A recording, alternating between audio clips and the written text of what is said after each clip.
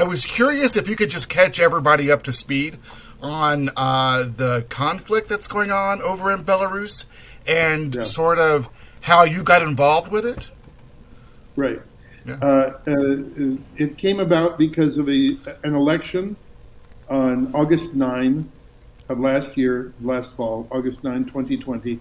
And there was like a day or two left for candidates to register to run against him. And Sergei Tikhanovsky's wife, Svetlana Tikhanovskaya,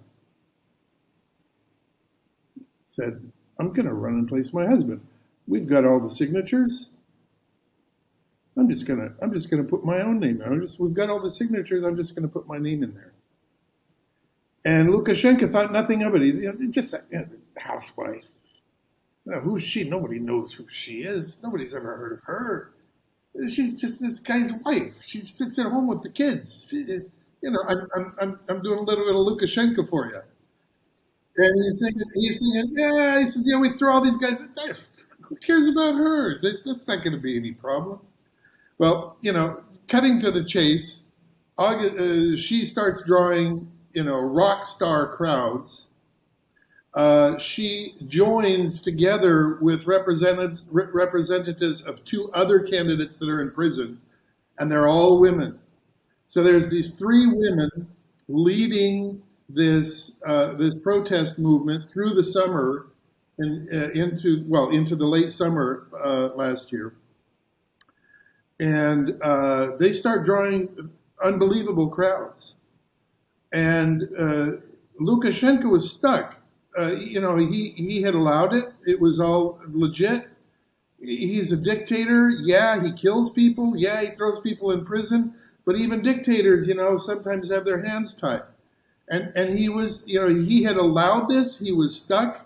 And anyway, who cares? He's going to falsify the election anyway. So who gives a damn in the end, right?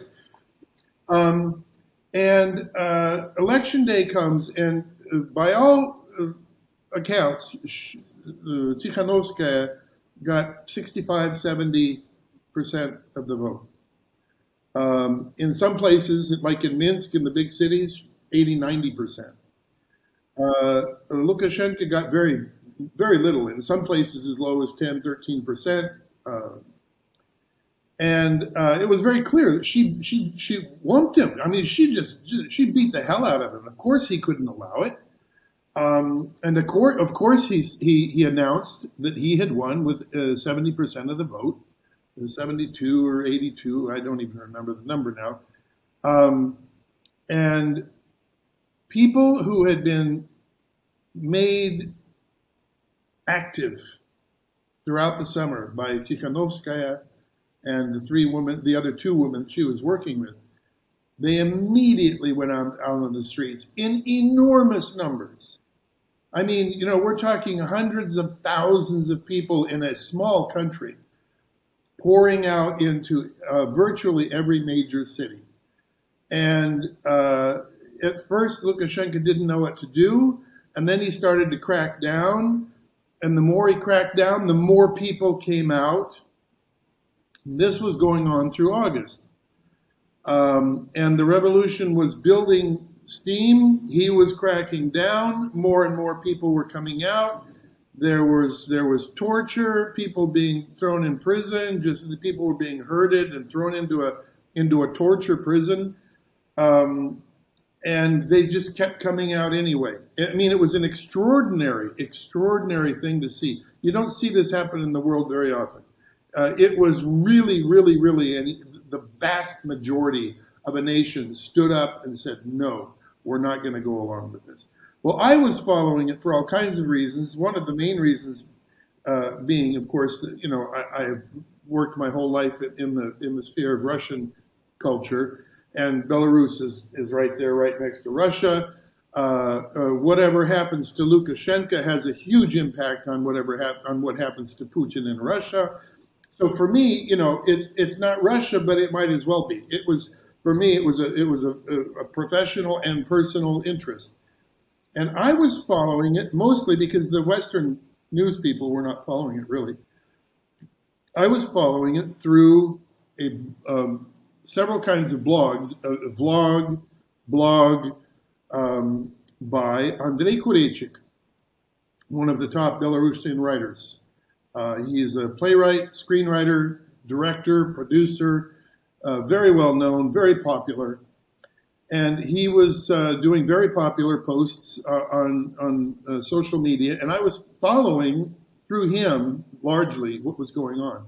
The playwright, right? This is the playwright for That's right. He's the guy Insulted Belarus. Okay, yeah. Andrei Kureichik is the guy to write a play. I did not know this. I'm following his blogs and vlogs. I'm following the situation in Belarus.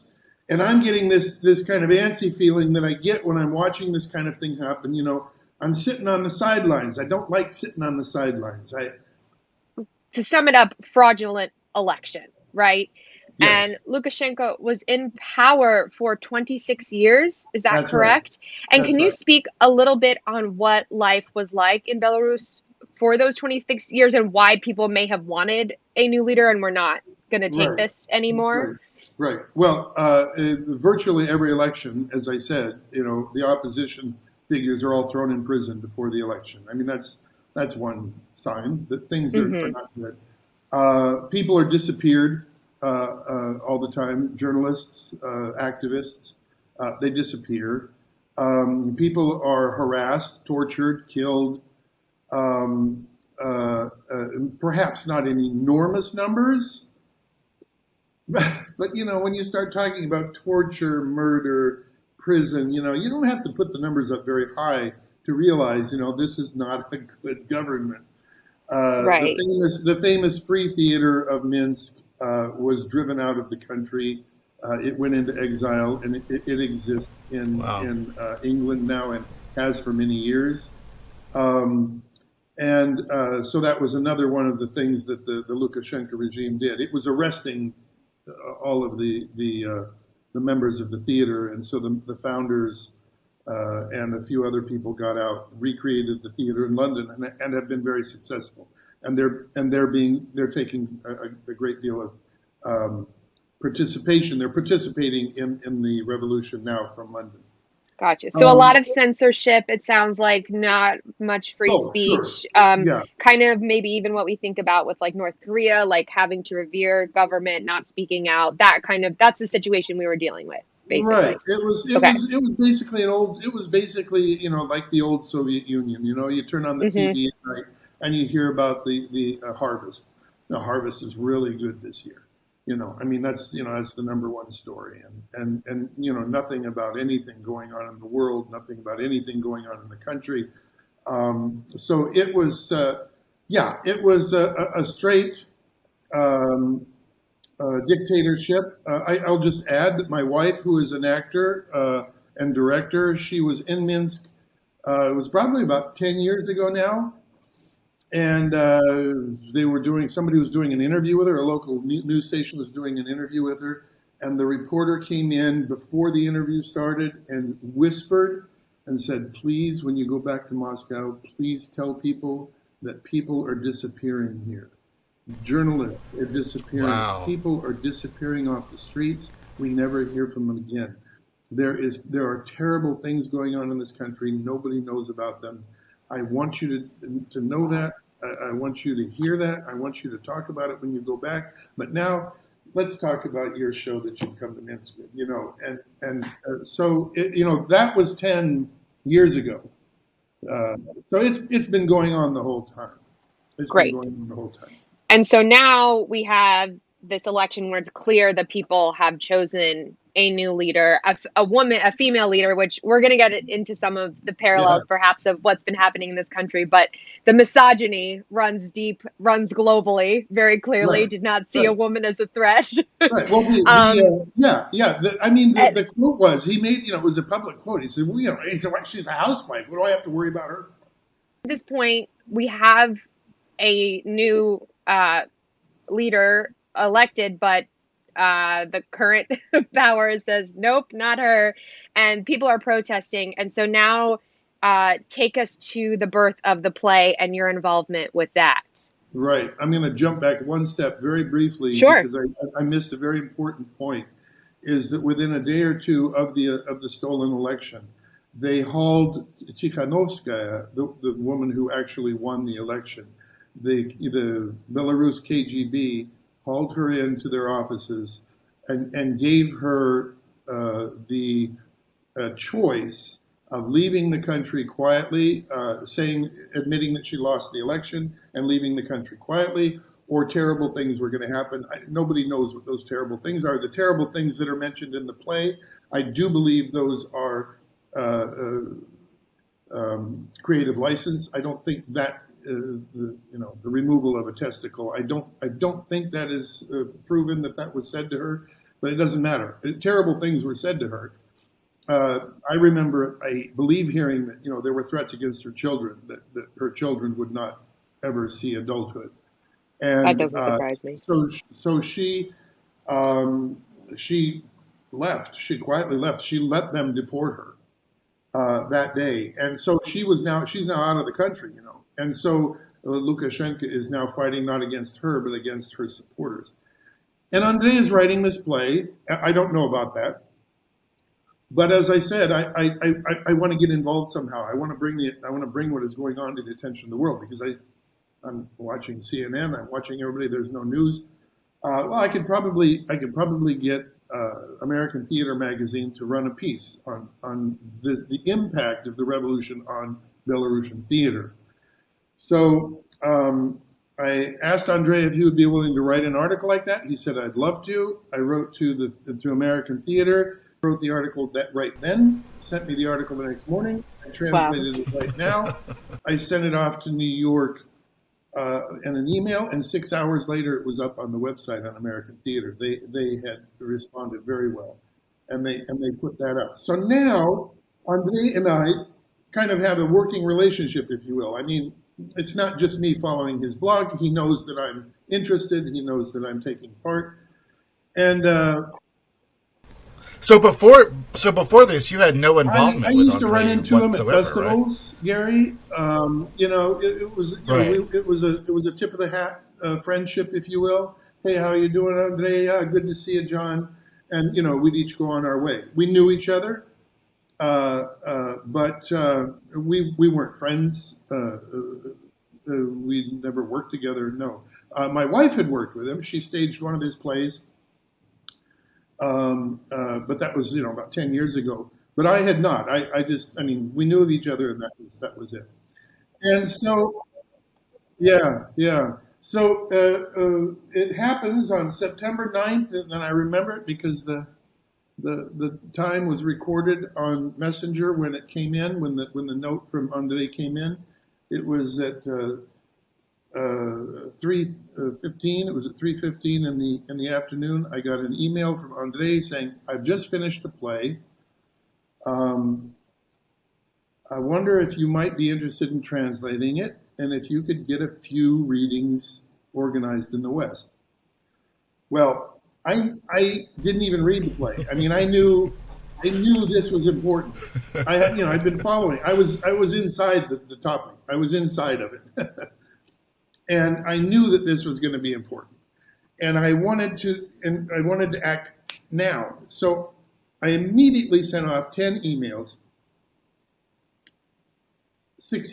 I sent off 6 emails to old colleagues in England, Ireland, the U.S., and within 10 minutes, all 6 had written back and said, "We want to do a reading of this play."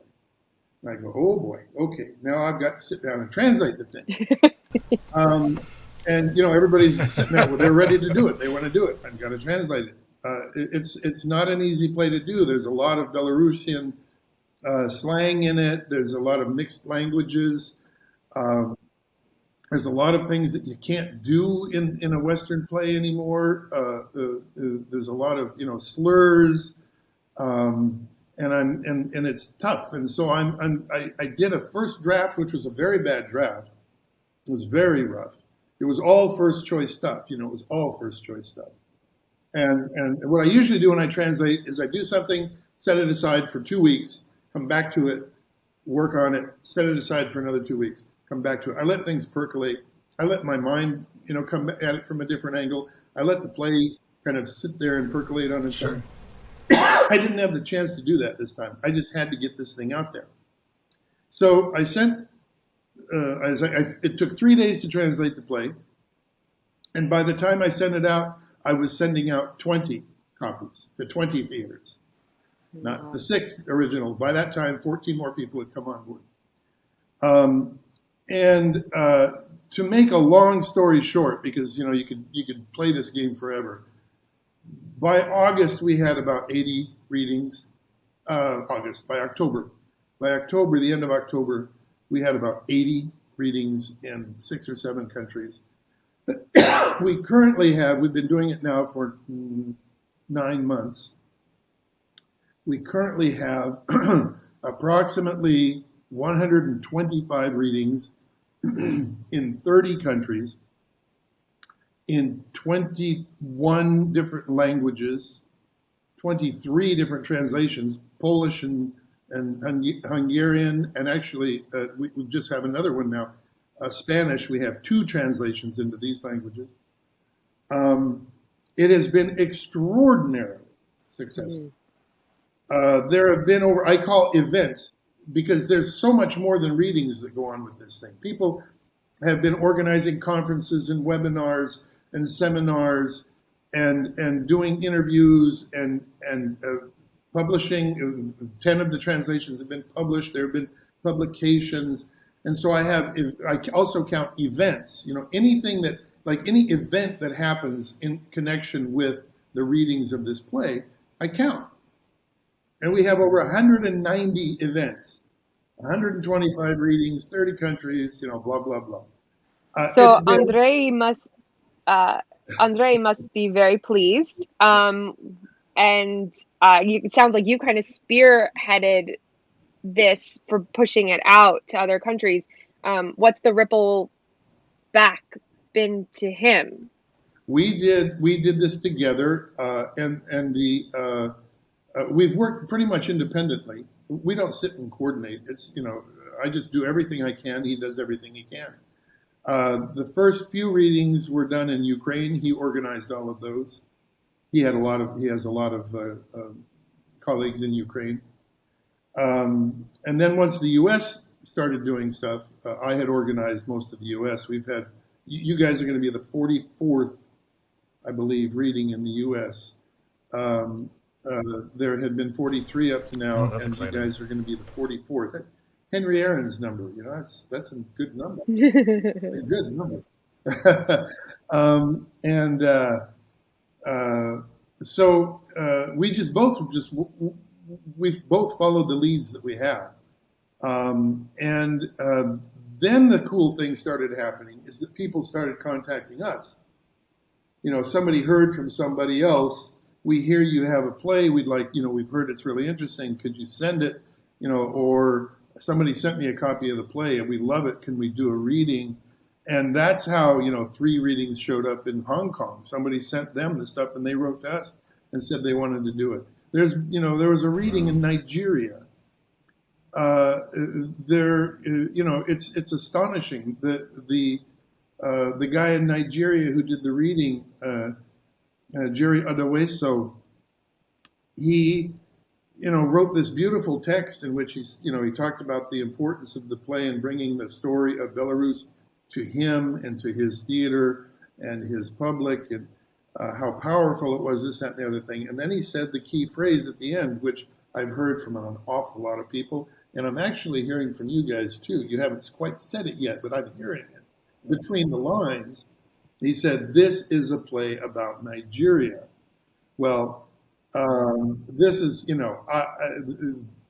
this whole thing was going on as the American presidential elections were coming up, as the Brexit thing was, that the Brexit farce was playing itself out in England, and so people all over the U.S. were saying, "Oh my God, this is what we're going through," and people in the U.K. were going, "This is what we're going through." People in Hong Kong were going, "This is what we're going through." Yeah. I was just gonna say, you brought up Hong Kong, and I hadn't thought about it until you brought it up, but it makes total sense. Anyone who's been following that, they've been fighting for their independence from China, who's trying to take them back, and that whole thing. And as you were saying, yeah, someone from Hong Kong reached out. I went, oh my God, of course. And this is a great pivot into what Garry and I were kind of discussing last. Well, I was going to just echo, John, when you sent me the email back in, I guess it was like February or whatever, I didn't read the play immediately. I just said, yeah, we're going to do it, So that's a testament, I guess, to the kind of material that you produce. But I was really excited about it when I actually read it. But I thought that, I was like, this is theatricalized. It's a play. This isn't real, or it's like it's a bloated reality, right? And then I got to thinking, and I was like, I mean, that's not, it doesn't happen like that, right? And then I started digging into the play and was like, oh my God, now I feel very insulated over here in America and very privileged, I guess, and then talking with Dana, she was like, yeah, but if you think about what's happened in our country over the last year, it's right there in the same parallel with what's going on over there. Maybe not quite as bad, but even I guess that's relative. Bad is relative, right? We had the coup on the Capitol back on the 6th of January. I mean, you think all even the George Floyd yeah, stuff, even as far back as Charlottesville, Black Lives Matter. To say nothing of a presidential candidate who loses the election and says, "I won." Well, and the other thing that I was absolutely going mad over is I think that probably most people, whether they are in a true democracy or not, and I wonder what actually is a true democracy anymore, but the observers and how those details were put in the play. And I think back to our most current election in this country, where in one state they're screaming, recount the votes, do it in a glass building, and in another state in the same freaking country they're going, you can't count those votes. It was like I was dying when we have Cheerful saying, well, because of COVID, we have to stand outside, but everybody else can go in, but we can't go in. And they taped up the windows, but only on that. And I was dying because I was like, oh my God, it just goes to speak about how universal power and the need for power is, the misogyny that's running through it that we've seen in various countries. And it's just, it does. I mean, to what Garry said, I think many people can feel very insulated in their state, in their city, in their country. And this is such a beautiful reminder of what theater can do. Absolutely. And on a global level of true events. Right. Yeah. Well, I mean, even we were comparing and contrasting because I'm down in Chattanooga, Tennessee, which is, Bible Belt country, and Dana's up in New York City. And so her perspective on what's been going on in the country is different than my perspective because of our geographic location, and, but Dana made the point, like, if someone wrote a play about all of the things that had happened in America in the last year, people from another country might look at it and go, oh, that's theater, it's theatricalized, it's not true. And we're like, no, it's exactly true. That's exactly how it happened. And so, to have had that experience with Insulted Belarus was just it was phenomenal for me. And again, it's why, projects like this excite me as a producer, because it's an opportunity for me to grow too. To jump ahead a little bit, and I'll jump back to tell where the story starts, and I'll try to get to the present and future relatively quickly. I reached out to a friend in Chile, and he wrote back and he said, well, I'm stuck right now in Mexico because of COVID. I had to escape Chile because we were having protests and I was going to be arrested. And he said they put out the eyes of 400 protesters had their eyes put out by the Chilean government. It was a very brutal crackdown. He escaped the country, got to Mexico, COVID hit, he was stuck, got COVID, and he said, I just can't do it. He said, I'm not capable of doing it. But he said, that is a play about Chile, as I've said about it. And, when he wrote that to me, I thought, oh my God, because I'd already heard this from Nigeria, I'd heard it from Hong Kong, I'd heard it from the UK, I heard it from all over the US. And I thought, oh my God. in fact, what we are looking at is we are looking at a project beyond Insulted Belarus. And there is going to be a project called Insulted World. Yeah. And the cool part about this is I floated this idea with several people in London and somewhere else and a couple of places in the US, and everybody was like, oh, this is a great idea, this is a great idea. And I thought, well, I'm going to get to that at some point. Right now, I'm still pretty busy with Insulted Belarus, but I feel as though I owe it to the world because the world responded to Insulted Belarus. I get a letter from William Wong, from Wong Kakui in Hong Kong 2 months ago.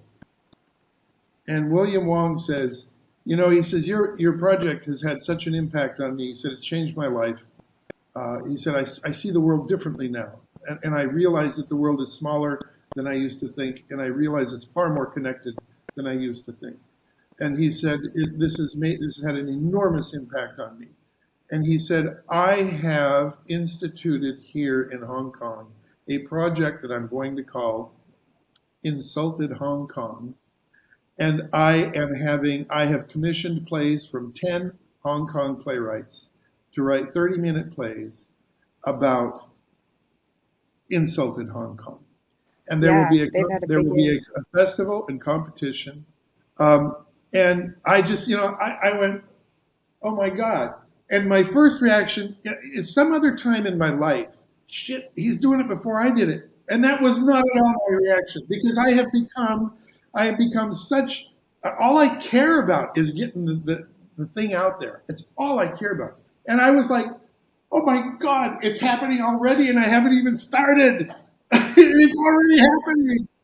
And That's and amazing. He's going to be That doing is so this amazing. in July, I believe. And so, Garry, you're going to get some Insulted Hong Kong plays, and because I can't wait. I can't wait. Yeah, there's been a lot going on over there. Yes. Yeah, and I'm also going to use that. I'm going to use that to start getting people to think about writing. Insulted Portland. In the U.S., it's going to have to be at least by state, if not by city. Yep. Some countries can do one per country. Yeah. The U.S. is going to require one per state or per city. So you're going to have Insulted, Portland, Per city, yeah. Insulted Nigeria, Insulted Hong Kong, and of New course York, it's not going to have the response that Insulted Belarus has had. That was an extraordinary, unbelievable, virtually impossible thing that happened, and I can talk about it briefly in a minute, and I will. It's worth it if we still have the time. But even if we can get, to go back to Andrei's original idea, a few readings in the West, if we can get a few readings of Insulted Hong Kong plays, a few readings of Insulted Chile, if I can get my friend to write his own play, Insulted Chile, and we can get a few readings, translations and readings, then you have this whole. We will have this whole project that grew out of Insulted Belarus, and it will be a legacy for Andrei's play and for Insulted Belarus that makes it even greater, because it not only brought the world to Belarus, but it's going to bring the world to the world as well. So I'm not megalomaniac, but it's true that there is a really big project hiding in all of this. Do you have an Insulted Venezuela? Because No, they've we had don't. some shit going on. I wonder if Moises would write something. If you have connections with people, I do want to start putting this together in terms of kind of a philosophy. I want to have a brief philosophy. I want to have a brief explanation of the project. I don't want to just jump into it the way I did with Insulted Belarus. And the project ran me. It ran us. Andrei and I did not run this project. This baby, it just took off, and we were just hanging on. Just the best we could hang on. Right. Well, it's fascinating what you said about William over in Hong Kong, because one of the things that I was thinking about this, I do sometimes feel like, I know myself anyway, I isolate myself from current events, especially in other countries, because it's just so far removed from who I am, from where I am, that I have so much on my mind to worry about besides that. And then to hear him say that it's made me realize the world is so much smaller than I thought it was, I'm having the same experience. Because I'm going, gosh, I feel a little guilty for not knowing exactly what was going on. And then as I read this, all I want to do is learn more about it. I want to follow the story. I want to, and now I want to be a part of this movement. And that's just exciting. Well, that's we will really definitely exciting, be talking about that, because you're one of the people that I'm thinking of in terms of, organizing companies, if you will. There's been several people. There's a woman at the University of Illinois who, like many people, and this is not hyperbole. I actually get these emails. Again, you have changed my life. You and your project have changed my life. I do not look at the world the way I used to. And I want to get her involved in that. I want to get these people whose lives have been changed by Andrei's play, and I want to get them to kind of create the basis for a continuation of the project, which goes bigger. And I think it's very exciting, and I think it's very important. I must say, I have most of my life, I'm going to turn 67 tomorrow. Happy early birthday. Happy birthday. Yeah. I have spent my whole life not really being a fan of politics and art. And the older I get, the more I realize that doesn't make any sense. That doesn't make any sense. It's like the phrase, "Oh, I don't do politics." You can't not do politics, because if you don't do politics, politics are going to do you anyway. Politics are going to do you. So if you don't do politics, that means that you are turning away from something that is going to be doing you from whatever angle it wants to do it from. I have become, I don't demand politics in the art that I consume. I'm as much of a sucker for a beautiful picture or a beautiful acting job as anybody. But when there is a heavy, hard, serious dose of the truth about the life we live and the world we live in the art, boy, I must say that really makes it far more valuable to me now. Yeah, can we talk a little bit about that? That was one of the things Garry and I wanted to talk about, is to bring it back to theater and why theater as a medium is so special and important, and perhaps doing something that other mediums could not do with this issue. How and we started to talk about this. So yeah, why theater itself is so important and is making such a big impact with this, and maybe a little bit more about that marriage of like politics influencing theater and our theater influencing politics, what that marriage is like. Let's dive deeper into that, I think, Well, for a little bit. I will start by basically quoting something I've heard Andrei say over and over and over again at talkbacks, and that is that theater is emotions. I'm quoting Andrei now. Theater is emotions. Theater works with emotions. It works on the emotions. And emotions, quoting Andrei, are the best way to reach a human heart and mind. That is all part of the play. And it's put together in an incredibly seemingly simple way that starts out as just a series of monologues. But as the play progresses, you begin to realize that he's dropped a name here, he's dropped a word there that ties in the characters in a way you didn't realize at first. And all of a sudden, and we're like, oh, and we don't see her, but now I know, that's how they're connected. Until towards the end, virtually everybody in some way, shape, or form has been intertwined with the others through some sort of good thing or some sort of evil thing. People have all, in some way, have been brought together. And it's done in a... Yeah, which is Go ahead, Gary. Oh, I was just going to say, that's exactly how I feel globally. Like, the way that William is talking about in Hong Kong. By the end of the play, you're entwined in what's going on around you beyond your borders, and that's fascinating. So you're right. The structure and the architecture of the play that Andrei created is superb in that way. It doesn't force your hand. It doesn't manipulate you. It presents facts and then lets you make the connections. And that to me was one of the strongest things about the play. Yeah, and of course that is what goes into great theater writing, is when there is nothing forced. When a writer allows an audience to recognize and reveal the play to themselves for themselves.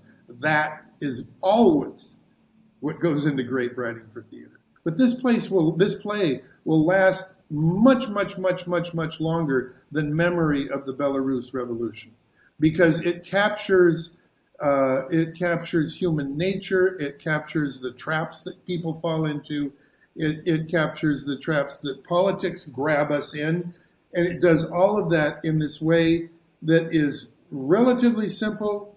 It's actually there waiting for you to come eat out of its hands, but you have to pick your way through all of the stuff to get to the end. And by the time you get to the end, you're going, wow, I'm really proud of myself. You're patting yourself on the back for having done such a good job of following what this guy did. And of course, as a playwright, he has led you, step after step after step.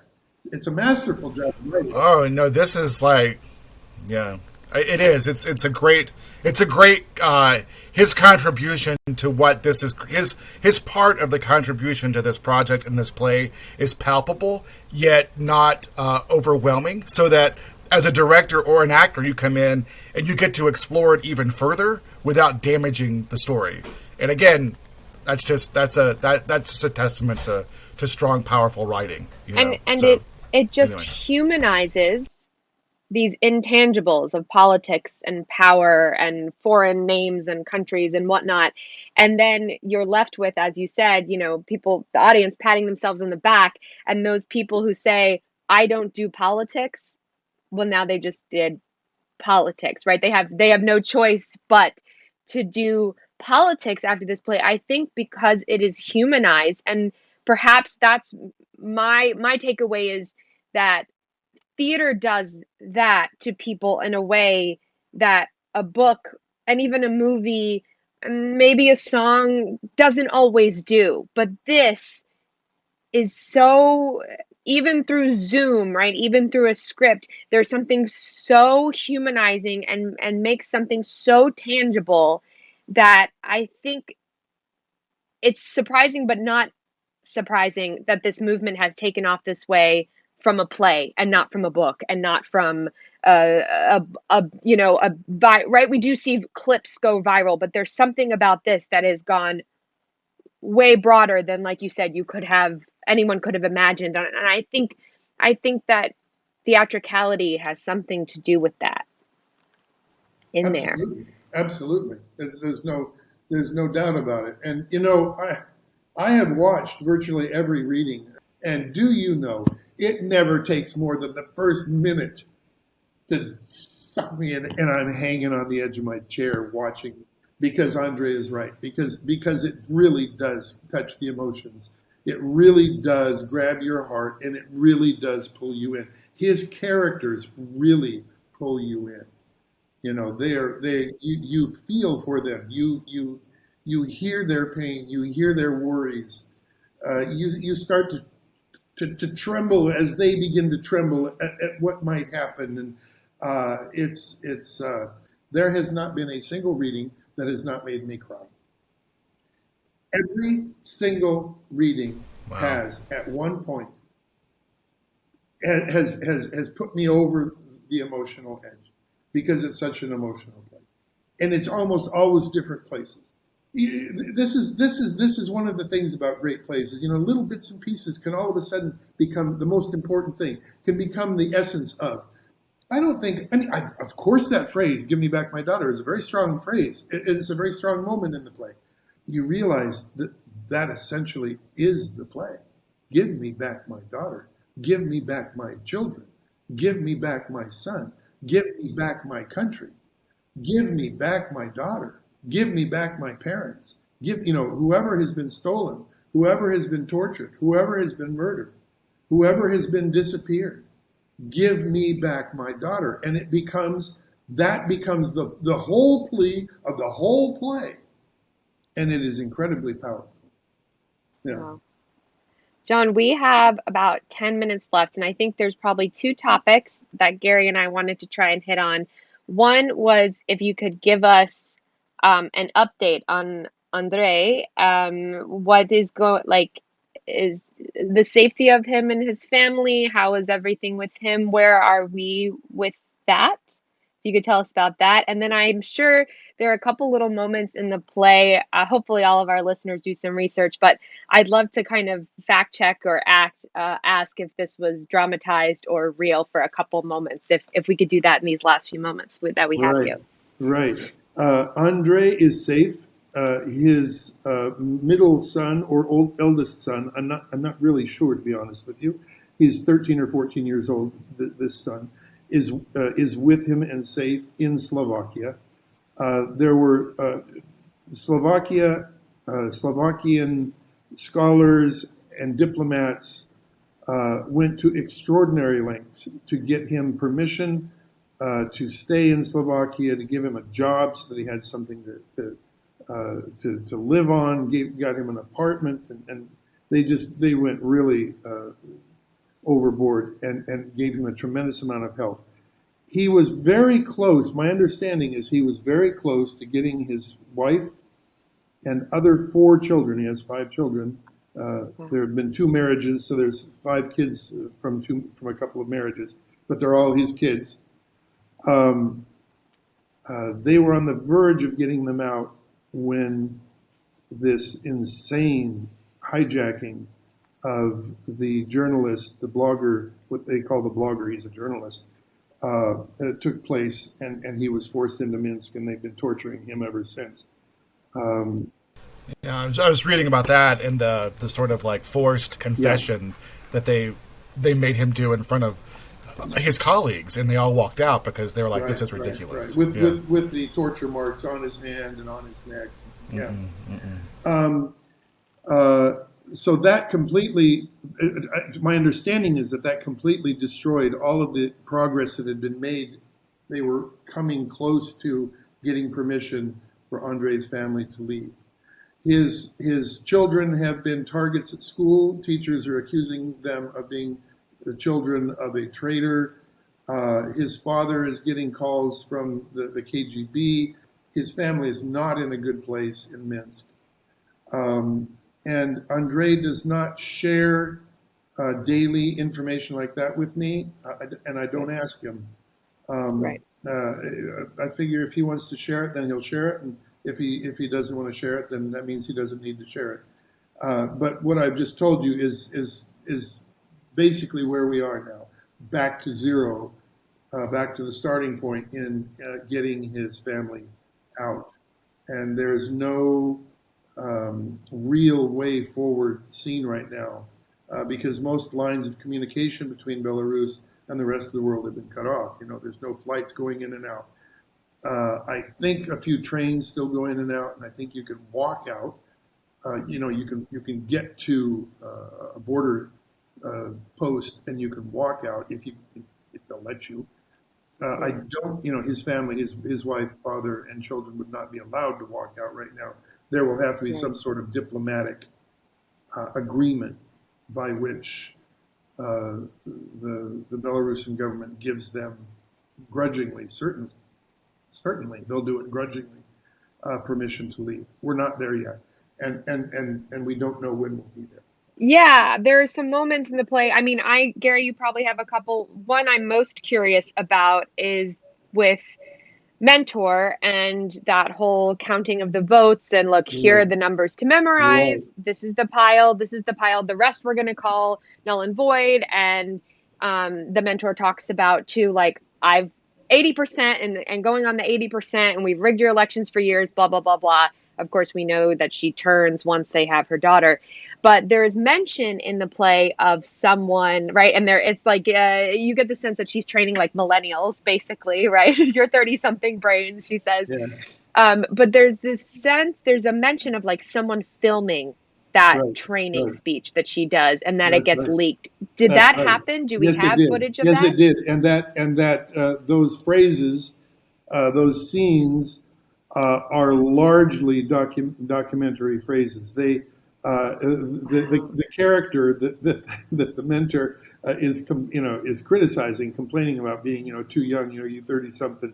She was the one that indeed did record it. She did put it on YouTube, and the comments, you're a traitor, and all of that stuff. Those were all real comments.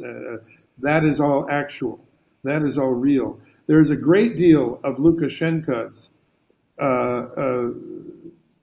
dialogue, which is drawn from actual speeches, comments that he made. And there's a lot of that. I don't know the whether it's 50%, whether it's 60, whether it's 40. I don't know, and it doesn't really matter, because even when Andrei is quoting, he's of course he's still editing. He's still cleaning it up, and he's still putting in what needs to be there for the play. But yes, a great deal of the play. I've heard Andrei say different things, but I feel safe in quoting him and saying that about half of the play is from actual comments that people have made. The comments by Tikhanovskaya are largely things that she actually said. The comments by Lukashenko, the dialogue of Lukashenko, is largely stuff that he has said. There is an added scene. He added it after he wrote the play, sent it to me, and then a couple of days later added a scene, if you remember, where the son is talking about his mother when she Yes. gave birth. Lukashenko wanted to get rid of her and the child and everything. That is actually virtually verbatim from a text that actually a woman did write about Lukashenko's mother, and that is largely real. Wow. So there's a good deal of stuff that's real. There's certain things that obviously can't be real, but even those things are colored. He was following the news. He was listening to stuff, 24/7. He was steeped in the words that were being thrown around, in the phrases, the problems that were arising, and he was letting that go through him, and it was coming out in this play. And so there is a great deal that's real. That does not mean by any way, shape, or form that it is lesser. Oh, no. It is less powerful or less important or less insightful, because, he put that all together with a wizard's, a magician's wand. Yeah, I would argue that it makes it more powerful because he took Right. these events and cut right to the core emotion of them. Right. In my opinion, it makes, Yeah. I think it gives it a lot of weight. I was just curious about some of those details that, like Garry said, you're like, oh my God, it was really filmed? They really did that? I was thinking about the white bracelets, and I was like, oh, it is astonishing in the truest sense of the word. Yeah.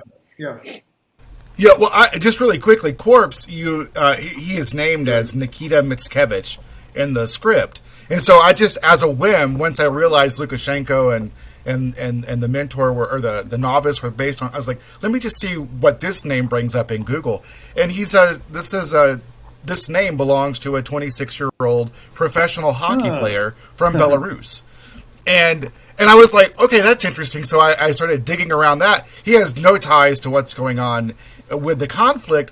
But then there is a Mickiewicz that comes up whose name is Timur, Timur, and he goes through exactly what the corpse goes through, as far as all of the torture and all of the whatever. He's now in hiding because of his life. He's 16 years old, 17 years old, but he's still alive. And I was like, is that name? Is there something about that Mickiewicz, or is that just? I've never heard Andrei mention these Mickiewiczes that you mentioned.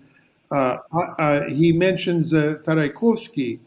I've forgotten. I hate to say it. I've forgotten his first name, but he was the first protester that was killed. Alexandra, yeah. Alexander Taraikovsky. He was the first one, and he is the one that Andrei for himself had in mind as he was writing that character. But names come from. I just assume Mickiewicz is one of the great Polish writers, one of the great Polish poets, and I just thought that Andrei was playing with that. But you have gone deeper, and you have found more, and so chances are you're closer to the truth than I.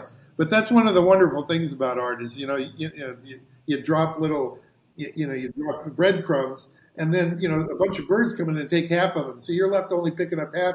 Whether you get out of the woods or not, it's up to your brave, not just the breadcrumbs. But every single reading is completely different. Every single one I have seen is not just different, completely different. That is a testament to the play, that it is a live text, that it is a living text that gives people something to really chew on and work with. And it is also just a testament to the art of theater, which is just endless, and it has this incredible power. It's very exciting, actually.